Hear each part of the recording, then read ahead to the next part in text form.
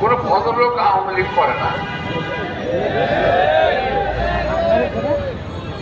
বলিবার যদি কোনো ভদ্রলোক আওয়ামী লীগে মানে আওয়ামী লীগে চলে যায়, সে তাৎক্ষণিক বেরিয়ে যায় ওখান থেকে।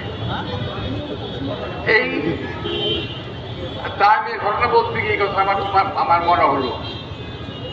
একদিকে যখন তামিমের এই দুর্ভাগ্যজনক সংবাদ পেপারে দেখলাম, পাশাপাশি আরেকজনের সংবাদ পেপারে দেখলাম একজনের টাকা বাজেয়াপ্ত হয়েছে, আরেকজন হাসপাতালে মৃত্যু নিয়ে পাঞ্জা লড়ছে। আপনারা দেখেছেন না পত্রিকা? এখানে আদব বেয়াদব আওয়ামী লীগ বিএনপি তফাৎ হয়ে গেছে। এখানে কি করবো ভাই, পলিটিক্স করি আমরা তো, যেখানেই যাই পলিটিক্সের বন্ধুরা খুঁজে পাই। তো আদব আর বেয়াদব একটা কথাই আছে, শেখ স্বাধীন কবিতার একটা কথা আছে, বে আদব বে নসিব বা আদব বা নসিব। শেখ স্বাধীন এই বড় একটি আদব তাদের উপরে একটি বড় কবিতার শেষ দুটি অংশ আমি বললাম, বে আদব বে নসিব বা আদব বা নসিব। অর্থাৎ এই লোকটা বেয়াদব, তার তত্ত্বের খারাপ হয় কিংবা হয়ে যায়। আর বা আদব, যার আদব কায়দা আছে তার তত্ত্বের ভালো থাকে।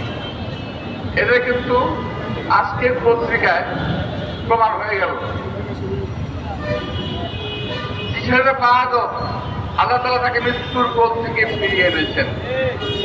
আমি পরম দয়ালু আল্লাহ তাআলার কাছে আমি শুকরগুজার প্রতি কৃতজ্ঞতা জ্ঞাপন করি। আমার একটা ছেলেকে জাতীয় একটা অন্তদের তিনি আমাদের মাঝে ফিরিয়ে দিয়েছেন। পত্রপত্রিকা যা দেখেছি, যা শুনেছি, তাতে তার ফেরত আসার কথা না। এবং এমনই একটা হসপিটালে তার স্ট্যান্ডিং করা হয়েছে, রিং লাগানো হয়েছে। এ অত্যন্ত অখ্যাত একটি হসপিটাল গ্রামে।